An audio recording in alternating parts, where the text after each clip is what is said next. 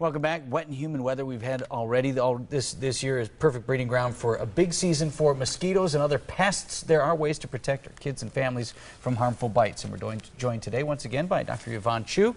She is a pediatric dermatologist at Children's Hospital of Wisconsin. Nice to see you again. Thank you very much for having me. Okay, so let's talk about bug bites. When we talk about that, what are the primary things that concern you? I know we on the news talk a lot about West Nile virus, but when you think about bug bites, what concerns you? Well, definitely bug bites can transmit some serious diseases, but I think most commonly it's kind of the nuisance type of itching rash that most children suffer with. And we don't want that, so definitely not. There are some things that we can do to prevent that. What are the top things that you think about for children in preventing this? Well, I think there's a couple things. You know, trying to avoid situations where the bugs might be out. So standing water, dusk.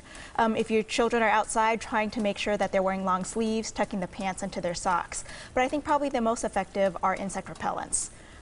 DEET is the most effective, and we like to have you spray that on the outside of the clothes or on exposed skin of children before being outside. Now, do you have concerns in terms of young children and using that chemical in DEET? You know, everyone worries about the toxicity of it. It's really not that dangerous if used appropriately.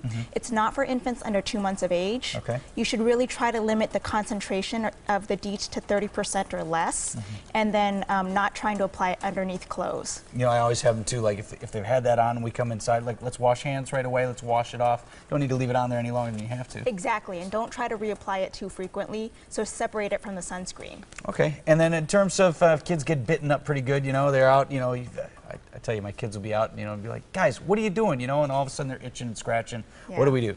You know, I think using some over-the-counter antihistamines can be very helpful for that, and using some cortisone creams to kind of treat the areas that are itchy. They will go away after a few days. How about yelling at them and telling them to suck it up?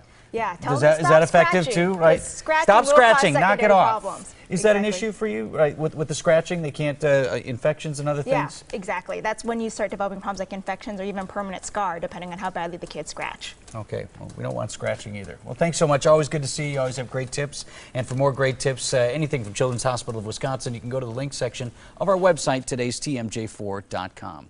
Let's look at tonight's primetime.